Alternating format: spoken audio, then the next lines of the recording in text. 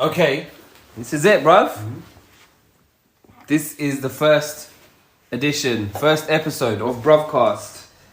The pod. So my name's Nick. My name's Raj. We wanted to,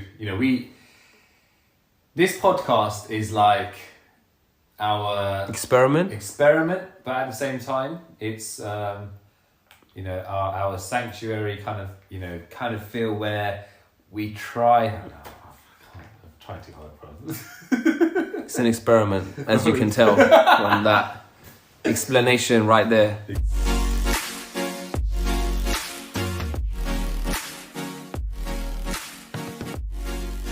Do you know what? So we've decided to do this podcast because me and Raj, we've known each other for such a long time, but we meet up regularly now to just talk about everything under the sun. And vent. And we do a lot of venting. So if you're listening to this, you never know, we might have vented about you now. No, bro. Hopefully not. But we could do that. If you have topics that grind your gears or that get you angry, send them in. Comment, subscribe. Isn't that what you meant to say? Yeah. Comment and subscribe and like. On all the social medias. Exactly. In all seriousness, no, though. You know what? I think these kind of podcasts and these channels, me and Raj discuss a lot of things under the sun, which, and once we're done discussing these things, we leave in a better mental health capacity, basically, to carry on. And it's good to have that outlet, so we wanted to bring this onto a podcast, but at the same time, it's not rehearsed. It's, do we know the topics that we're going to discuss? Probably not. But at the same time, that's the whole point of it. We want to bring in our lives, and show everyone else basically that these conversations that we have are genuine, real. Yeah, and I feel like it's basically us trying to talk about things that maybe you don't talk about as Asian guys. Maybe you don't. Maybe you do. I don't feel like I do enough. And it's also just like your random shit, man. Like relationships, marriage, parents, life, family, money, whatever it is. I mean, this is a pod, right? You got to deal with because everyone's going through shit, innit? Yeah, exactly. Everyone's going through shit, and you know what? We conversate. We don't back in the day, I never realized how a simple conversation would make you feel better mentally and maybe even physically as well. Yeah. So we, we do this on a daily basis, but when you put some emphasis on certain things that are bugging you, and if you keep it down buried, it's not going to be any good. Everyone's got someone, an outlet, whether it's friends, family, to discuss things, and it's good to talk. And in the Asian community, I feel especially we don't. Mental health is a bit of a taboo. It's definitely getting the exposure that it needs now.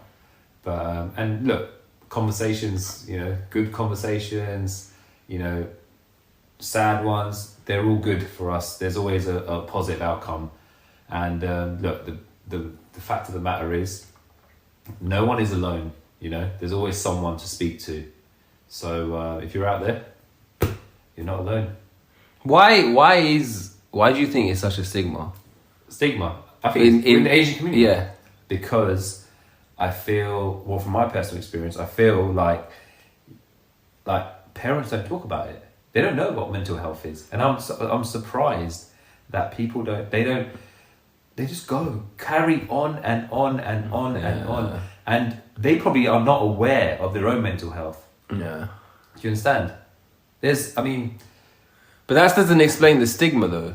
That is like people. Oh no, sorry. Actually, with the stigma, it's because you don't want to show weakness. Right. Yeah. Okay.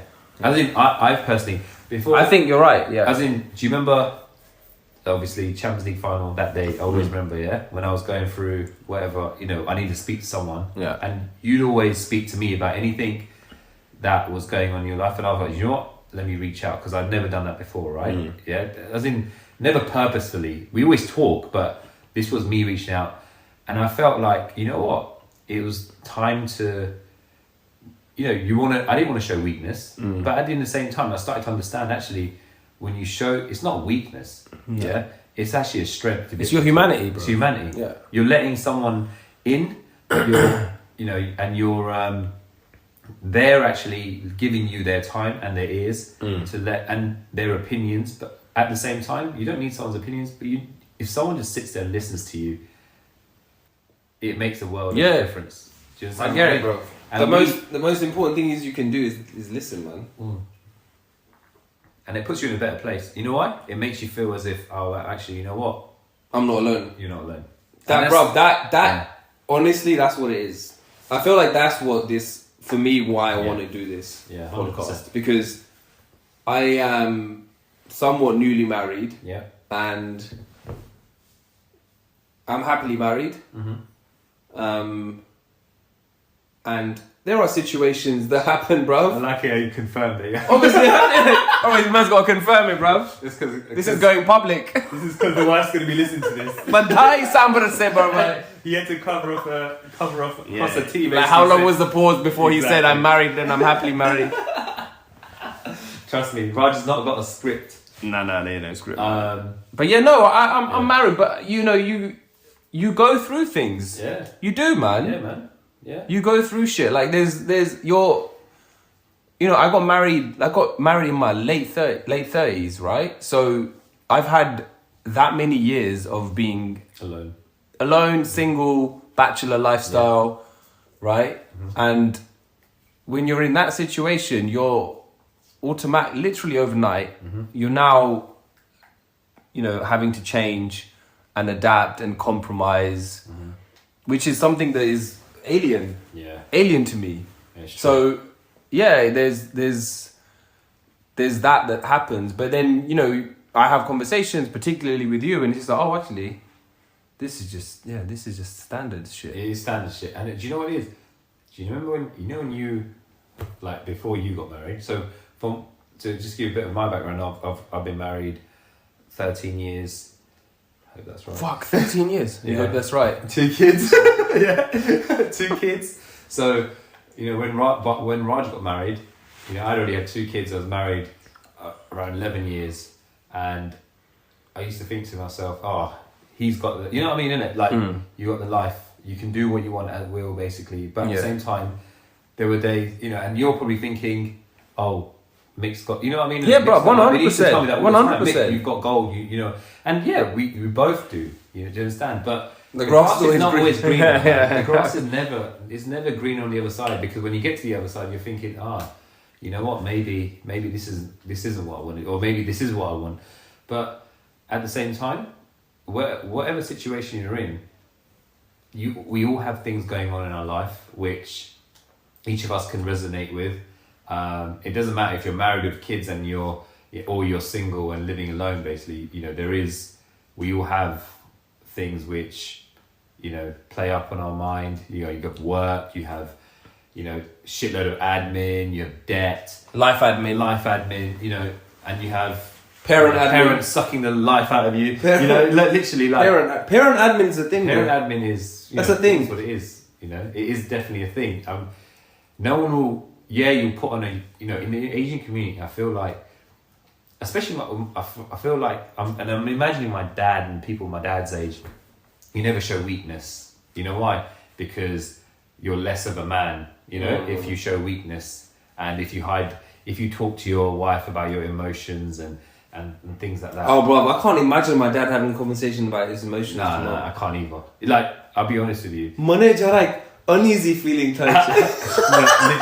Literally. Like, I could easily tell my wife I love her, right? Yeah. But telling my dad that I love her and that I love him, is like, I can't do it. No. I can't, as in, do you understand what I mean? You feel it, you sense it, you know it's mutual. Yeah. But to get those words out of him, to say it, and do you know what the thing is?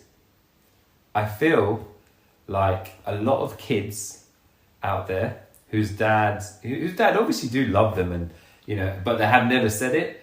Those kids need it the most. You put your arm around, you know, it's like, and I always have these football analogies. You're going to hear a lot of football analogies, but there's always players in a team who need a rollicking, you know, the tough love. But then there's those players, and if you roll up the wrong player, it won't backfire. He'll backfire, and he'll be 10 times worse than he was the week before. But if he's had if a player who doesn't react well to rollickings has had a bad game or something, you put your arm around him and you say, look, son, you had a bad game, it's all good, go again next week. I love what you're doing, just keep trying. Some people need an arm around them. Bro, and has your dad ever given you that? Nah, man, never, bro, never. He put a Can it come on? Yeah, exactly. Standard. You know what? That meant. Do you know what I said to Nish as well a few weeks ago? Right. I feel like that would have made a world of difference if you were aware. If you react as a grown up, and if you have kids now, you're going to be so much aware of their mental health and their character. If you have 2 kids and they're very different in character, you're going to adapt your parenting to each one. Yeah. I don't have kids, but the only thing I can compare that to is like managing people, because you can't manage you can't manage different people the same way. Exactly. Some people need to be a little bit, you have to be firmer with them, and others may not have self-confidence or may have low self-esteem, so you need to figure out the right ways to get them to set them up for success. There's a lot of power in words and how you treat someone. I feel like to get the best out of someone, to have them follow you to the depths of Mordor. No, I'm saying, but to have them follow you, and follow your ways. It's definitely how you treat people. You can diffuse a situation with someone, like someone's angry or something, but if you don't show them, reciprocate their anger as well, and you show them a very calming side of yourself, they instantly are disarmed, basically. Yeah. Does that make sense? Yeah. Someone that I work with, basically, he's like a gem of a person, and he's very senior, but I told him this the other day, his awareness of people, and to treat every single person the same, from the first one he met that day to the last, basically, is so that's something you can't teach. It's genuine. When someone's buttering you up, it's not genuine. But when someone, you feel it, with your interactions and stuff. You understand? Like this conversation. Now, when we have our conversations, we always feel like it's genuine. Otherwise, you wouldn't be here right now. Does that make sense? There's no bullshit. As in, when someone can tell you the good stuff, that's great. But when someone can tell you when you've done wrong, there's very few people. There's very few people that can actually tell you that, basically, and that's why that's why people are comfortable to open up to those people, because they know they genuinely care. The ones that can deliver the bad news, they're the ones that. But that's who you should go to when you're riding high, man. Yeah, exactly. And and if you think about it, when you cut the fat in your life, there's only a handful 5 people, bro. Yeah, exactly. Be 5 people, exactly, man. That you can that you can basically say whatever. No grudges, no judgment. And that's another thing, actually. You said, why is there a stigma around it? Judgment. Yeah, man. You don't want to be judged. You want to show people the person you've always been, and if you haven't shown a side of yourself before, then you're not comfortable. No. But they're always there. They'll be like, I know sign, bro. I know all will take you. Yeah, he's finished. Mentally finished.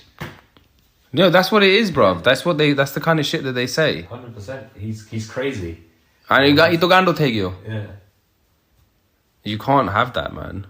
But you know what? At the same time, if I feel like we're talking about serious shit, bro. This is meant to be the first episode. Don't you have a light-hearted story, bro? This is gonna be like, those guys are just trying some doom and gloom stuff. Paused it. No, I haven't paused it. Oh, fair enough. We're not pausing it now. Wait, don't pause it now.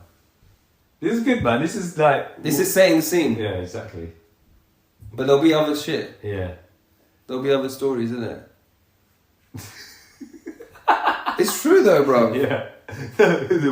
What cracked me up was when you said there's going to be doom and gloom.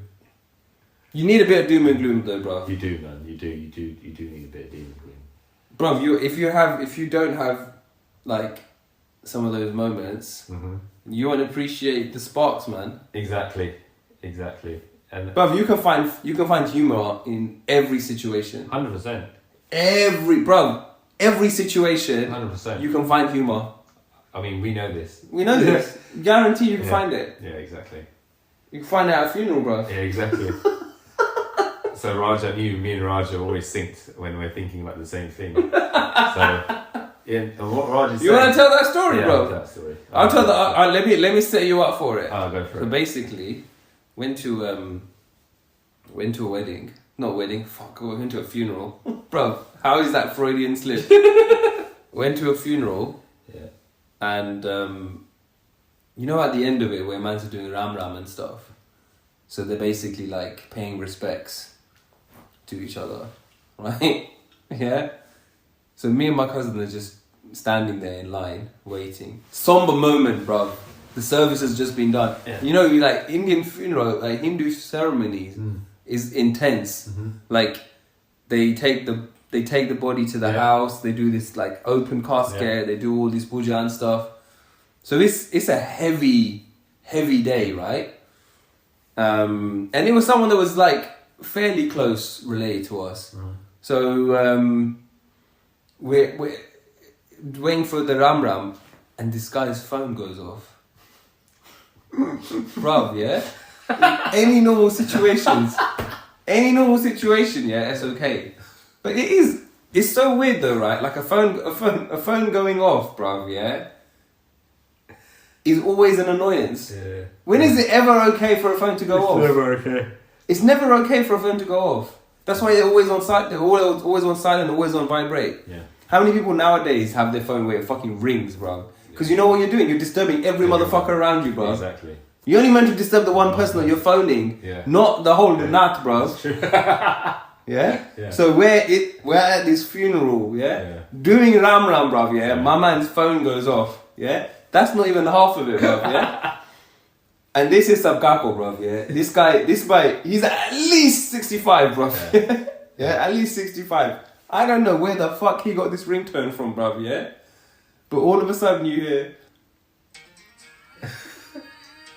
bro, and it doesn't stop. This is the kind of loop. Yeah, no, it doesn't stop. Oh man. But it gets to the Mundi Badamuri bit, and he's just staring there, staring at his phone. He should pick it up. And you know he's one of those mans that has to look really close to the phone to figure out. Did everyone turn around? Yeah, everyone fucking turned around and looked at him. I was like, what the fuck is this guy doing? Oh man. What'd you do? I was creasing up, man. What, loud? Or just... No, I was just, my cousin, I was laughing. I was like, bro. Oh shit. It's always, because when you're in those situations, it's like when you're at school, man, when you know you're not meant to laugh, it's even funnier. It's even funnier. You can't. I know what it's like. That's your life, bro. Do you know what though? Alright, I've got one too. So we went to a funeral, right? And one of his best mates. Now this guy is probably, he ain't 65, yeah? So me and my dad are on the benches in the church right at the back, right? And the son providing the flowers on the day is next to my dad. And very quiet, you know, while we listen to eulogy. And considering it's obviously a sad day and his best friend is up there eulogizing, you'd expect the gentleman who's sitting next to my dad to be eyes open, listening, you know. My guy, all you hear is loud, bro. Like this loud snore. Yeah, and I'm looking around, and then my dad looks at me and goes, yeah, he's sleeping. And then my dad's like giving him and then all you hear is this guy, because obviously if you're knocking someone, it's gonna startle them. And bro, that's like when you're in the underground, that happens if you're tired. Yeah, literally happened to me today. But I was like, obviously you can't, like you said, when you're not meant to laugh at things, It's you're too respectful, much. but You can't handle it. It's funny, Yeah, but it's like funny, that's the thing. You will find laughter in the saddest situations, the morbid situation, but it's not a bad thing. You're not being no, as long as you're not being disrespectful and it's genuine laughter. Yeah, but you're laughing at it because it's fucking funny, bro. Yeah, it is funny. It is funny. Man's are doing round and there's money, but if I was in the box, yeah, and that happened to, I would want that person to laugh. Yeah, you know what I mean. Of course. Yeah, you're not being disrespectful. You don't want I'll be everyone honest, falling out. When I go to a funeral, I am like trying to be aware of my surroundings, best behaviour. Yeah. Do you understand? I don't know if you're like that. I just turn my dad's phone off, bro. Yeah, literally. I'm like, that this phone is not even there. I don't want any risk possible. Sometimes I leave the phone in the car just to be double sure, bro. Literally. It's just you got to do these things. Because you know Ramlan's you can't be that guy. Nah, bro. Yeah. No, it's not even, bro. You know what? Yeah, it's not even being that guy. Yeah. It's being with that guy. Yeah, 100%. You're right. It's being with that guy. Being with that guy is worse than being that guy, bro. If you're next to that guy, you're with him. It doesn't matter if you're not with him. Yeah. The worst thing is when you're not genuinely with him. You've been put there because that was the only space there was. Yeah, bro. Bro, you know when you're like, but you know, okay, fair enough. Yeah, it's his boy's dad's funeral, so he's got to hold it down in those circumstances, right? Yeah. But bro, if you're tired, you know the ones when you're spent, and you cannot, for love or money, keep your eyes awake. Yeah. And you're on the train. 100%, bro. Bro, everyone's seen that guy or that girl. Yeah. Literally, head back, mouth open. Yeah. You know what? When someone's got you know when open, they catch themselves and then they like shake. Yeah, and they're like and they look around as if anyone saw them. Yeah, everyone saw them. Everyone saw them, but everyone still acted as if they were, I'm not gonna lie. Today on the train, when I got back, I literally fell asleep, and I knew when I woke up. And normally, I'm the old guy the embarrassed guy would be like, I'm just gonna stay on my train as if the doors are open. Yeah, I got off though this time, but in the past, even if the doors are open, I could get out. I'd be thinking, what if the doors close on me? And I was just sleeping, and I never just woke up, and you just run out.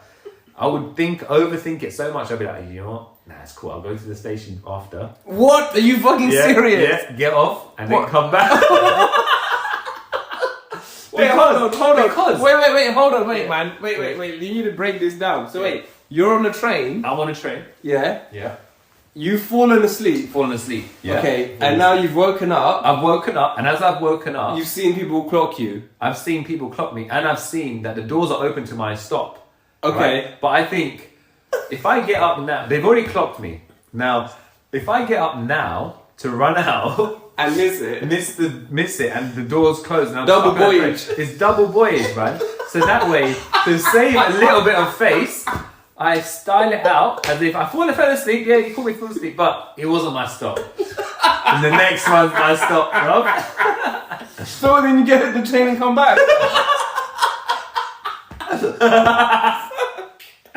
But at the same time, that doesn't happen anymore. But I've done that before, bro. I've done that before, man. I'm not gonna lie. I've done that before. Bro, that's hilarious. It's funny. Like, I'm not gonna lie. Like, there's so many things like that I do. Yeah. Like, I'll be honest. Yeah. So me and Nish went out we were meeting me. Yeah. For dinner. And the thing is, they're already in the restaurant. The worst thing is when you turn up at a restaurant when you're not the first person there. You know why? Is it really? Yes. Why? Because if you can't find the people, but they can see you, and you're doing go bar and it's like, think about it, man. Come on. And so what happened? Let me explain the content of the story. At the same time, like they were already in the restaurant, right? You don't want to give anyone ammunition. I saw the restaurant, and I was like, great. And I walked past the restaurant. As I was walking past, I didn't know where the door to the fucking restaurant was. You know what happened? Like, why can't they have a big door that says door open? Yeah? Literally, bro. I walked past the restaurant and I looked inside and they were there. So I pretended to be on my phone and I walked past the fucking restaurant. And I was like, putting up my one finger, saying 1 minute I'll be in there. And they were like, cool. Because if I had walked past that restaurant and turned back and they saw me, and now I couldn't find the door, you're going to be the laugh of the down, bro, yeah? So, I stood outside and I was like, Nish isn't here. So you stood outside on a phantom phone call? Stood outside. Yeah, got my phone out. Yeah. Typed in the restaurant name. And I was trying to zoom in on fucking Google Maps, see where the fuck is the door? Yeah? Because the door that I was going to walk through was the door to another place. Oh my god. I went back, found the door, bro. It was cash, yeah? But Nish did the same thing. We were all three of us sat in there, You yeah? did the same thing? As in, she didn't go on the phone like a muppet like I am, yeah? She walked past the restaurant, came back, she was like, where the fuck is the door? Yeah, and walked in. But, bro, I'm telling you. So wait, hold on. Yeah, You walked past the restaurant, yeah. realised you'd walked past it. No, I realised I couldn't see the door when I was approaching the restaurant. Okay, so you're walking towards this restaurant, you don't know where the door is. Yeah, yeah. Okay. So I walked past it. So you walk past it. to make sure the door's not on the other side, but at the same time I had to look inside to make sure that they knew that I knew that this is the restaurant. Fucking hell, bro. Bruv, I'm telling you, my mind works in so many bloody ways, yeah. It's not good. It's not good. But yeah. And this is it. This is the stigma. No one wants to show that they were wrong, or rarely. You know, as in, don't get me wrong. No, I say no one. No, that's not right. People are comfortable with being wrong or whatever, yeah. But although some people find it harder than others. Yeah. I'm comfortable being wrong, but you are. But yours is all social anxiety. Yeah, it's social anxiety. It's 100% social anxiety. Yeah. Like, I'm an introvert, innit? So it takes me about 10 years to get to know someone if I've been around them all day and talk to them. I think sometimes I've got this thing now where sometimes you've got to get to a point where you've got to attack it. Mm. You understand? Confront it. You'll confront it, yeah?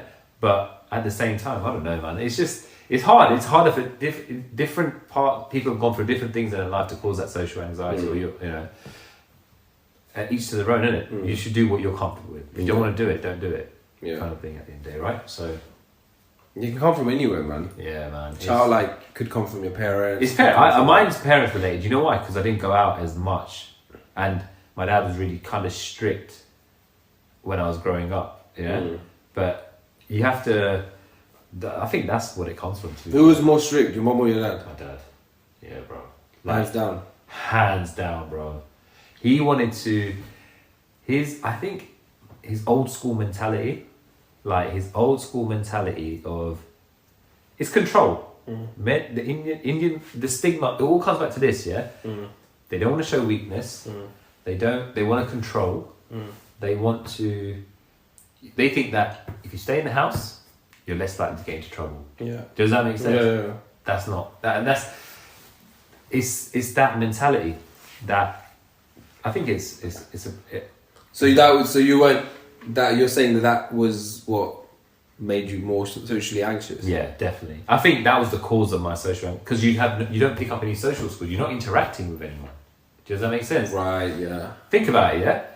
And I didn't realize until recently, because if you're going out and your development socially starts at school, but then it goes to another level when you are outside of school, but not in your family environment. Does that make sense? Yeah. But if you're only going from home to school, and that's it, then how are you gonna? Yeah. You're not as uncomfortable. How are you bridging the gap, basically? You understand?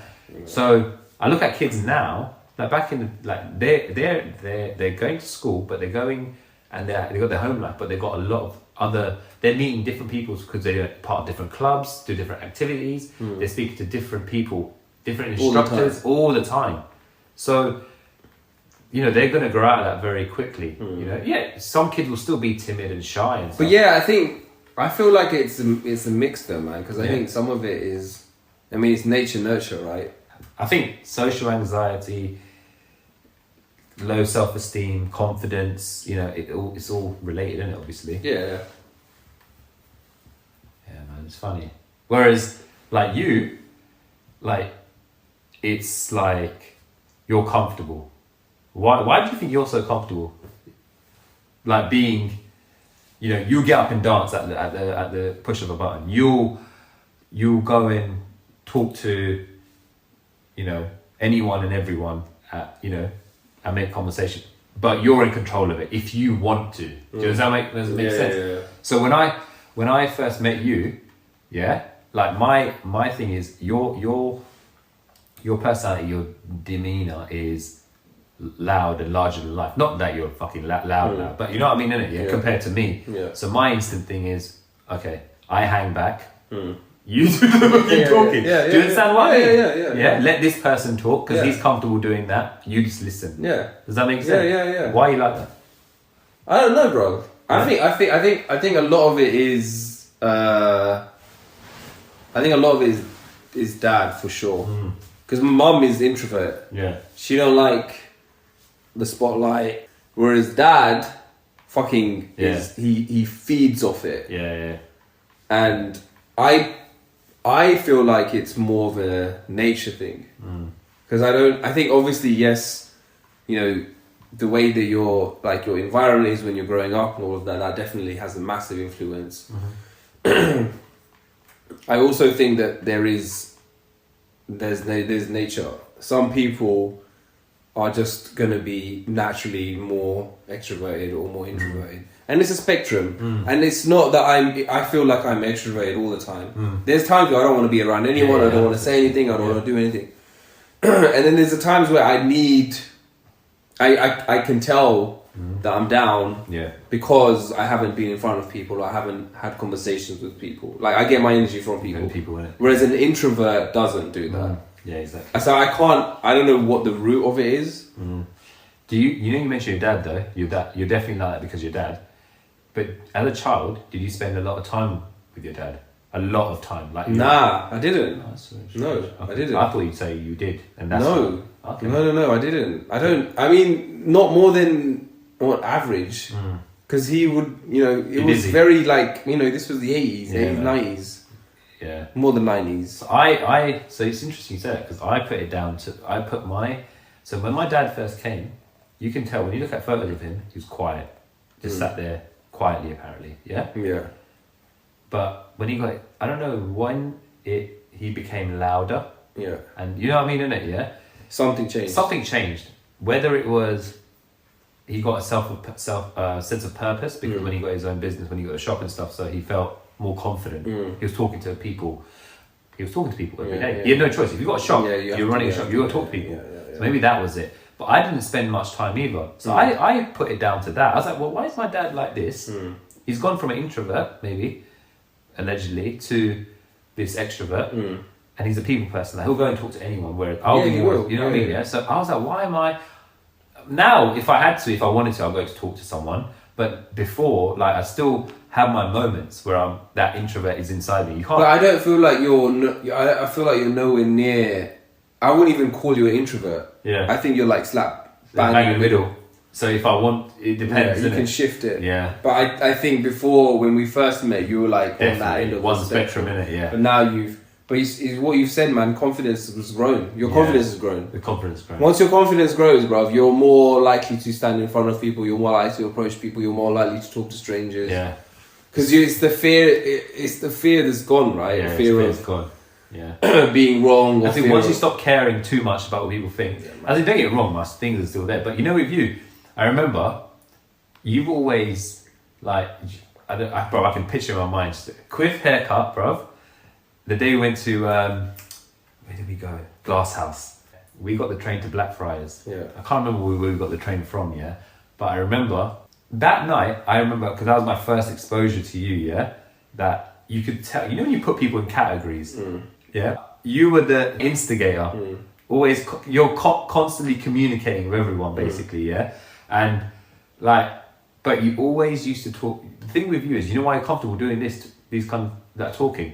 You're comfortable doing this because you've done it subliminally all your life, I think. Yeah. Like, if you need advice, you don't think inside your head. Yeah. You go and ask for advice. Yeah. You know what I mean, innit? So when you're doing it from such a young age, you're gonna, you know, you're more aware of what makes. Because if you stop doing that and you keep those things inside and you're trying to work out yourself, or you just don't, like me, like you just keep it inside and you're like, I've got to figure this out myself. I can't talk to anyone about it because of the judgment they'll pass if I talk to them about this. Yeah.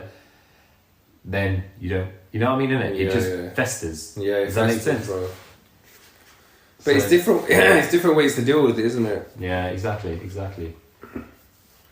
Yeah. Some people like to talk about it, but some people want to like deal with it themselves. Gogan's different, bro. Gogan's Yeah. more like what you described. Is it? Yeah, she Yeah. won't. Like if there's something up or something's going on, Yeah. she wants to solve it. She wants to process it, come up with a solution, and then communicate it. Like she'll talk to me about everything, obviously, Yeah. but it's very rare that she's. Women are more resilient there. Yeah, that's true, And bro. do you know why? Because I say this because I don't know. Like with Nish, yeah, like you said, she's like no. We were talking earlier. She's mad tired right now. She's probably like for me. I wasn't I'm in that same position, but I'm here talking to you about it. So I always ask her, "Are you okay?" Like you know, she's like, "I'm fine, but I'm stressed because I want to get this done." Yeah. Like I'm like thinking to myself, when I'm stressed and I want to get something done and I can't get it done, the first thing is I'm just like not defeated but exhausted from it. Yeah. Do you understand what I mean? And They don't get tired, they though. don't get tired about it. You know, just Yeah, get tired. like I'm at work right now and today, and she was trying to do the tax return stuff. She was asking me questions like, why? Like, how you find this energy to? Yeah. Do you understand what I mean? Yeah. Like, you've been up since 2. You got up. I think women, like you said, Gogan wants to solve her. Yeah. You know, Solve it themselves. themselves. It's just like, but they also know that I think women are more aware of men's mental, the man who they're with, the mental health. I don't know, maybe because like sometimes Nisha does say to me, go speak to Raj if you want to feel, because she knows that She can tell, innit? a conversation with you, me having a conversation with you basically is gonna improve. You know what I mean, innit? That's rather than me having a conversation with her, because I don't know. Sometimes I feel that obviously you're gonna have a conversation with your wife or whatever, yeah. But the dynamic of the answers are always different. Because Yeah, bro. But you need your. Yeah. Do you know what it is? Yeah. This is the analogy, bro. Go on. This is the golden analogy for Yeah. what you just described. Go on. Right? You know when you have a boxing ring Yeah. and you have the trainer, Yeah. so you're doing your rounds, Yeah. and then you go back Yeah. when the bell rings, Yeah. and there's that man in your ear, Yeah. and your coach is like, come Yeah. on. Yeah. That's you. Every guy needs that guy. Yeah, that guy. 100%. Every guy needs that guy. Yeah. And also, I'm not trying to say you're always boxing with your wife, No, right? no, But true. you need someone in your corner. Yeah. That is like who feels what you're talking who about. feels what you're talking, but isn't gonna like Yeah. Ridicule you. isn't gonna ridicule you, isn't gonna judge you, Yeah, isn't gonna exactly. fucking say, oh my god, why are you saying that shit? Yeah. He's just gonna listen That's it.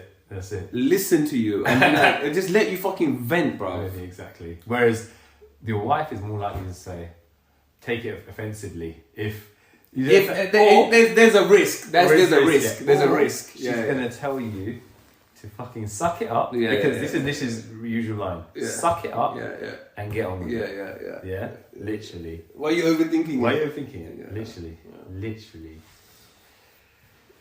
Yeah, man. So I think that's the end of the pod. Yeah. I think so. Yeah. That's the end of I the think pod. we Yeah, the first one. covered a It's a bit bumpy, and I think we ironed it out and a bit smoother. But I think that was a good session. Yeah. Please like, subscribe, follow, share, Suggest. add comments. See you next time. See you next time. Remember, you're not alone.